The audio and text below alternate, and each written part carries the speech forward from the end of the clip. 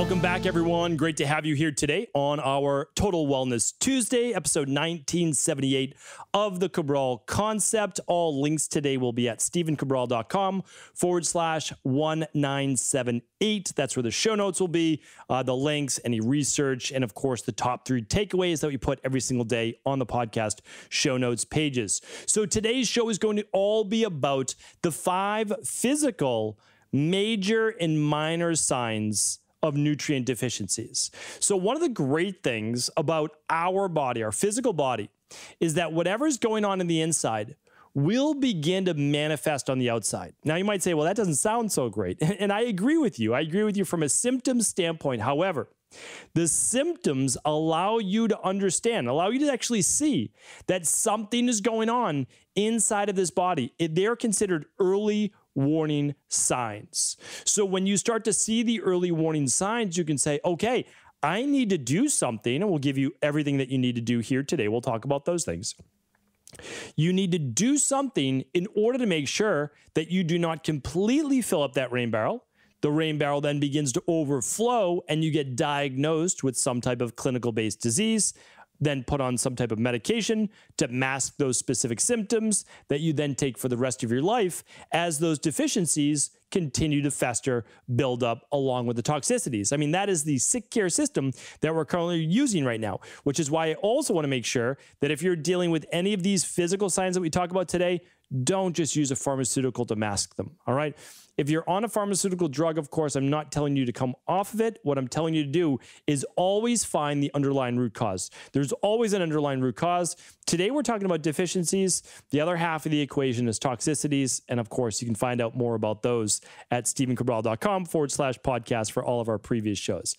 Let's dive right into it now. We have the 5 minor signs coming up first. Now, major, minor, what am I really talking about? Well, the minor signs are, okay, we're beginning to see the first signs of nutrient deficiencies, okay? Now, there are many more than 5. I want to go through 5 of the most common that I see in my practice, but you might be experiencing some of your own. Maybe I'll add a couple more as well.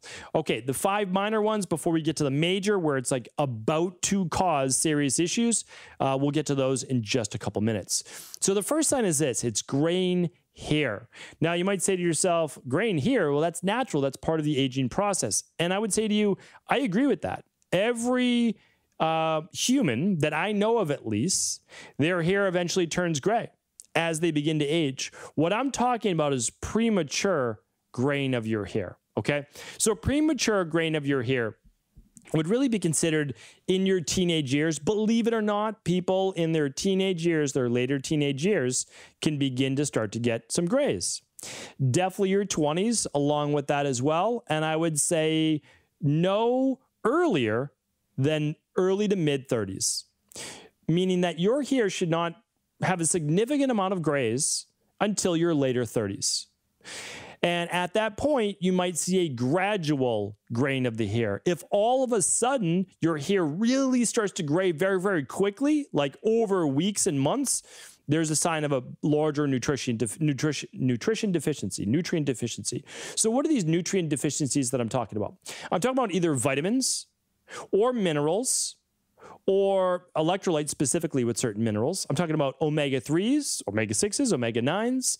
I'm talking about amino acids from proteins. So anything that your body needs on a daily basis. Now, again, I have podcasts on all of these. I have podcasts on why the hair grays. I have podcasts on why the hair falls out. I'll try to link up some of those today at stephencabral.com/1978. But remember, you can always go to stephencabral.com/podcasts, type in any keyword you want, like graying hair or hair gray or hair loss, and you'll see podcasts on hair loss overall of why it happens. There's about 6 different reasons. And then I have a podcast just for women's hair loss, which is different from men's male pattern balding as well. All right, so that's graying hair. Again, you will go gray. I have not seen anybody not go gray over their lifetime, but it should happen later. Why would it happen? I'm just going to give you a couple, and again, you can listen to a specific show on that. What would be a deficiency there? Copper, vitamin C, zinc, Those are some big ones, really big ones for grain of the hair. Again, there are others, but those are ones we want to look at. All right, what about thinning skin? Again, I have a whole podcast just on the thinning skin and elasticity. But thinning skin, really before the age of, we'll say 40, mid-40s, it's an issue. And the reason is you're becoming more catabolic. So you're lacking, again, vitamin C, zinc, some selenium potentially, proteins, collagen. What about lower energy? That's number 3. Lower energy, in my opinion, should not happen at any point in life. Will you slow down a bit as you get older? Yes, you will. You'll have less mitochondria. The body will not be as strong. ATP production won't be there as it was when you were younger. But really, like, energy decreasing, especially if it's happened over the last couple of weeks or months, is a sign of nutrient deficiencies. It can be a sign of a great stressor in your body too. There's no doubt about that. But a lot of people, and I talked about this in post-COVID recovery. If you want to check out my podcast on that, a lot of people are dealing with mitochondrial issues from taking all sorts of different things for it. And also a virus really wipes out a lot of your supplies of things like glutamine, things like zinc, things like vitamin C, your B vitamins. Extremely important, right? Can lead to lower energy. I'll give you a at-home lab test to check in just a moment. Slower recovery from injury. This is a big one, all right? Slower recovery. Now, injury could be, let's say, a hard workout, right? You damage the muscle tissue with a resistance workout. That's not a bad thing. But when it takes you 4 or 5 days to recover, that's a problem. I mean, it's really a problem to take 3 days to recover. 1 day, not so bad. 2 days, getting there. 3 days, that's a long time to recover from a workout. Unless you purposely overdid it, you just hadn't been to the gym in a while, and all of a sudden you're doing, 18 sets. That's a different story. But, in general, if you're slow to recover from cuts or wounds or injuries, it can be a sign of imbalanced inflammation inside of the body. That can do with so many different factors: magnesium, calcium, your B vitamins. It can have to do with vitamin C again. It can have to do with imbalance of omega-3s and omega-6s, lots of reasons. And the 5th minor one is that you catch colds easily. Now, if you have young kids, they're going to school, they're bringing home all sorts of different germs, it's not uncommon to catch some colds. It's not. 2 or 3 a year, that's not unhealthy. It's not uncommon. That's normal. You start getting 5 or 6 a year, then that's an issue. That's definitely a sign of a potentially weakened immune system. These are things that you want to watch for. Now, before I move on to the major ones, there are simple at-home labs that you can run. Now, there's ones for hormones, there's ones for omegas, there's ones for everything. I mean, I highly recommend, of course, the Big 5 labs. The Big 5 labs will test everything from gut function to omega-3s to hormones, your cortisol levels, your vitamin D, your vitamins, your minerals, literally everything. It's an amazing, they're Big 5 labs. 5 labs you can do right at home for you, for your kids, for your family. But if you just wanted to look at your nutrient deficiencies in terms of vitamins and minerals, at the same time looking at heavy metals in your gut function, I would run the starter kit. And the starter kit you can find at Equa.life. So Equalife is the name of the company of my online practice. And we open source all of these labs basically to 30 countries around the world. Very proud of my team for being able to open source that all around the world, because it used to just be a Boston-based practice and now it's a global practice. But you can literally test your vitamin and mineral levels along with gut function, along with heavy metals in something called the starter kit. And that's 2 easy at-home lab tests: small urine sample and a hair sample as well. That will do it. It really will. And again, it can be done for children and adults. All right. That's, again, we can link that up. So we'll link that up today at stephencabral.com/1978. But you can also just go to equi.life/labs and just click on Starter Kit. Okay. The 5 major physical signs, symptoms of a nutrient deficiency. So we talked a little bit about just basically the body not being able to rebound as quickly, have as much energy, feel as strong as it should. But when things start to get worse, when it starts to become more chronic, so that's the difference between minor and major. Major is chronic. It's been going on a while now. This isn't just an overnight thing. You start to feel lower libido. Now, I'll tell you right now, that is not a normal sign, really, at any point in life before maybe your 60s. Maybe your 60s. Because your hormone levels, your neurotransmitter levels, people think that it's all just about hormones for libido. It's not. It has to do with dopamine. It has to do with norepinephrine. They matter as well. Cortisol levels matter. I mean, you're not going to have a strong libido if you're lower in testosterone, if you're lower in cortisol, if you're lower in dopamine, if you're lower in norepinephrine. Like, all of these things matter. But the precursors to those are things like vitamin B5 and many other nutrients that allow the body to function as they should. A lot of people don't know that in order for cholesterol to form testosterone or even cortisol or DHEA, that it actually needs vitamin B5 to create something called acetyl coenzyme A. So these are important nutrients that are often overlooked, definitely overlooked in conventional medicine. They never mention them, but that's simply because they're not studied in medical school. If they were, they would be mentioned. But again, we're looking at this from a root causal issue. All right, so low libido is another. The next one is brain. So the reason why that's important is just to note that nature has built in to have someone have a lower libido if their body is not fit to really carry on new life. Because think about how much work it takes for, especially a woman, to be able to create that life, but also a man to be able to do his role and his part as well. So it's really important to look at that. Your nature knows, like, it's not the best time for you to conceive if your body is not where it should be. And it will decrease libido. We see that with low thyroid. We see that cortisol stress, etc. All right, the next one is brain fog and grogginess. This goes beyond just waking up that you feel like you're, a little tired when you get out of bed. No, this is brain fog for an hour or two or until you have your caffeine. Something is not right. There is a lowered metabolic rate. It may have to do with your cortisol awakening response. It might have to do with hypoglycemia, lower blood sugar levels. It might have to do with lower thyroid levels.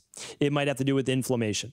There's something going on inside of your body creating mass inflammation, which is most likely leading to deficiencies or caused by deficiencies. This could be a spectrum of vitamin C, B vitamins. It could have to do with levels of zinc. There's a lot that goes into this. If it's the thyroid, it might have to do specifically with iodine or selenium. So you have to understand is, again, all of this has been, you're able to figure this out, but these are signs of real deficiencies in the body.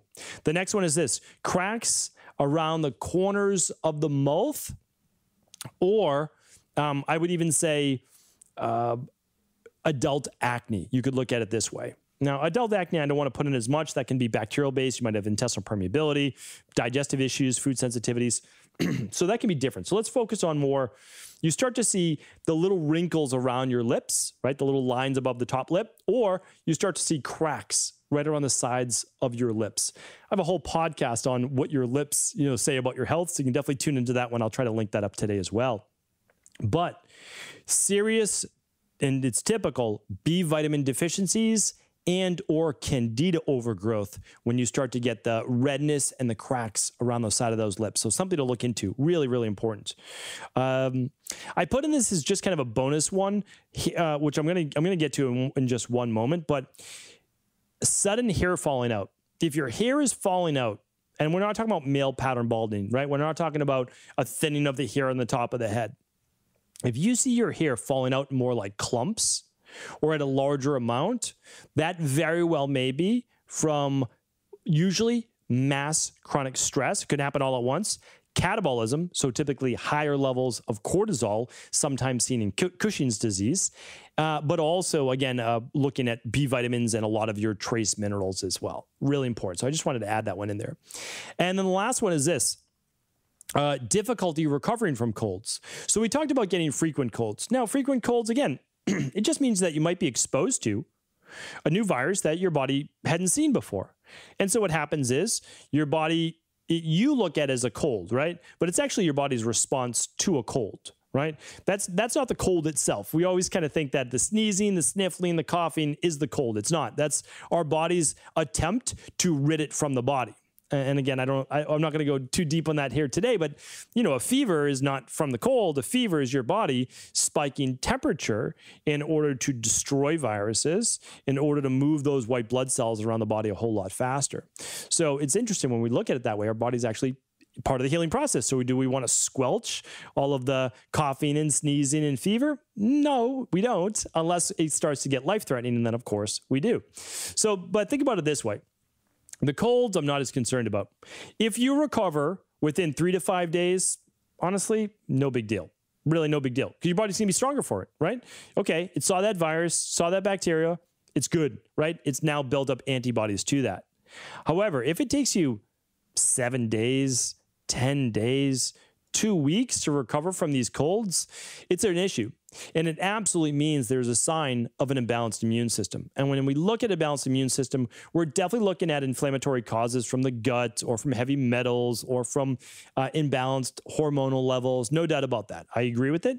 However, a lot of those things occur because upstream, when we look at nutrient deficiencies such as vitamin A, vitamin D, vitamin C, it causes much more serious issues downline with the immune system. So those are my 5 minor and 5 major ones today that I see inside of my practice. I could go on and on about poor circulation, cold hands and feet, minor headaches, eye pain. However, I'm going to give you those 5 today in both categories, and I'm sure we'll do a part 2 follow-up in just a couple months, so stay tuned. Thank you so much for tuning into today's show. All of the follow-up shows that I mentioned today will be at stevencabral.com/1978. And of course, if this show is helpful, please do feel free to pass it along to anybody else you believe it could serve.